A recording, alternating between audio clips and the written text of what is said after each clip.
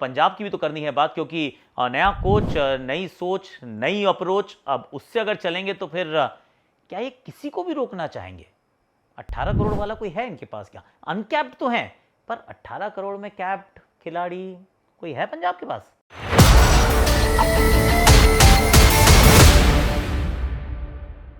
Hashtag Akashvani में आप सभी का हाथ जोड़ के स्वागत है। कैसे हो आप लोग? आई होप कि अच्छे होंगे। पंजाब की करते हैं बात, क्योंकि पंजाब बड़ी कमाल की फ्रेंचाइज रही है। अगर हम आरसीबी को अंडर परफॉर्मर कह देते हैं तो फिर तो पंजाब हैजंट अराइव्ड येट। मतलब एक बार फाइनल खेले थे, उसके बाद तो हैंडफुल ऑफ टाइम्स है जब आप प्ले ऑफ्स के लिए भी क्वालिफाई करते हैं। टीम बड़ी एंटरटेनिंग ब्रांड ऑफ क्रिकेट खेलती है, इसमें कोई डाउट नहीं है। पर सच्चाई है कि 11वां कोच आ चुका है। नया कोच, नई सोच, नई अप्रोच के साथ। अब देखो भैया, नया नया आ गए हैं। Ricky Ponting is the 11th coach, क्योंकि अब शिखर धवन नहीं है तो they are also looking for a captain. अब एक नया कैप्टन भी चाहिए होगा। 16 ऑलरेडी हो चुके हैं, अब 17वां कोई कैप्टन बनेगा भैया। जितने साल की टूर्नामेंट का इतिहास है, ऑलमोस्ट उतने आपका कैप्टन हो चुके हैं। कोच नया आ चुका है, तो अब मैं सोच रहा हूँ ये किसको रोकेंगे। इन्होंने सैम करन पे बहुत पैसे खर्च किए तो रोका था, पर उस समय ट्रेवर बेलिस थे। Trevor Bayliss, English connection, and Liam Livingstone भी थे, जॉनी बेस्टो भी थे। बड़ा सॉलिड इंग्लिश। क्रिस वोक्स भी आ गए, दबा के इंग्लिश खिलाड़ियों को इन्होंने पसंद किया था, रोक के रखा था। पर you know how it happens, right? अब रिकी पॉन्टिंग गए हैं तो सब इंग्लिश खिलाड़ियों को दरवाजे पर खड़ा कर दिया जाएगा। वो ना रोकने वाले किसी को इतने पैसों में। तो मुझे लगता है कि सैम करन भी गए, लियम लिविंगस्टन भी गए, जॉनी बेस्टो भी गए, क्रिस वोक्स भी गए। अगर कोई मैं इंग्लिश खिलाड़ी भूल जा रहा हूँ तो वो भी गया, मतलब गए, सारे गए। अर्शदीप को रोकना चाहता हूं मैं, पर्सनली मैं रोकना चाहता हूं अर्शदीप को। पर अर्शदीप 18 करोड़ नहीं रोकूंगा। मैं कहूँगा अर्शदीप को भी जाने देता हूँ। राइट टू मैच कार्ड तो है ही, उसका इस्तेमाल बाद में कर लूँगा। कितने के भी पड़े, 10, 11, 12, 13, 14 करोड़ के पड़े, लेकिन 18 के तो मुझे नहीं लगता कि मेगा ऑक्शन में इंडियन फास्ट बॉलर कोई जाने वाला है, अनलेस वो जसप्रीत बुमराह, वो मैदान में आएंगे नहीं। तो जसप्रीत बुमराह के अलावा मुझे नहीं लगता कि कोई भी इंडियन बॉलर जो है वो 18 करोड़ के प्राइस टैग के इर्द गिर्द भी आएगा। तो फिर अर्शदीप को रोकना भी 18 करोड़ में नॉट आइडियल। अगर कोई कप्तान होते, मान लो अर्श कप्तान होते, तो मैं कहता फिर भी रोक लो, क्योंकि कप्तान के साथ आप वो ट्रांजैक्शन में नहीं जाना चाहते कि भाई कप्तान को रिलीज किया और बायबैक कर लिया सस्ते में, क्योंकि फिर कप्तान कहता है यार जब तुम ट्रांजैक्शन कर रहे हो तो फिर मैं ही क्यों इमोशनली इन्वेस्ट हूं आपकी फ्रेंचाइज में।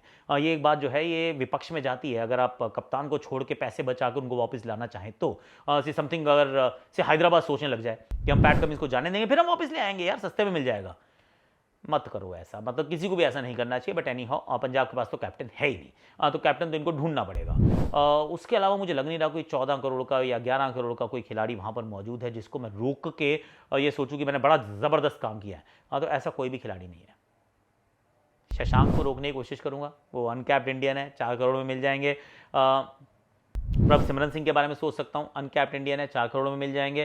दैट्स अबाउट इट यार। आशुतोष को अगर मैं सोचूं, आई मीन 2 ही अनकैप्ड को आप रोक सकते हैं।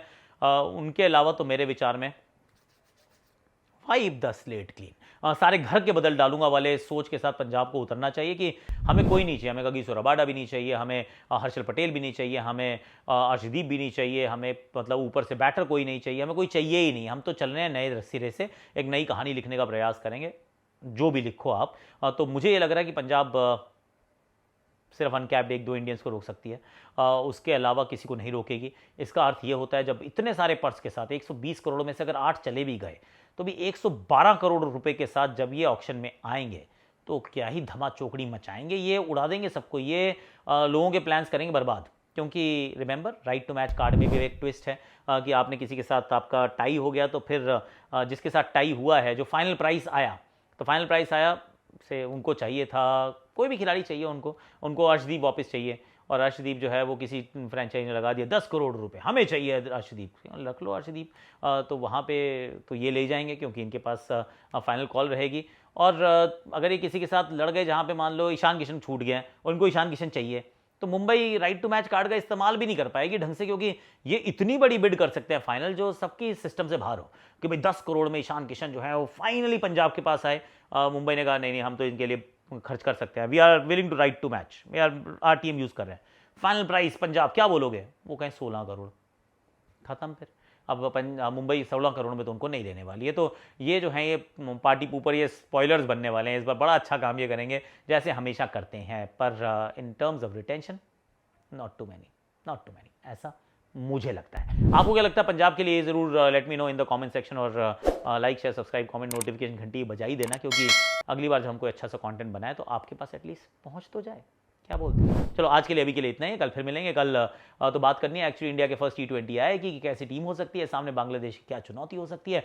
We shall talk about that and a bit more tomorrow. आज के लिए इतना ही है। शुभ नवरात्रि।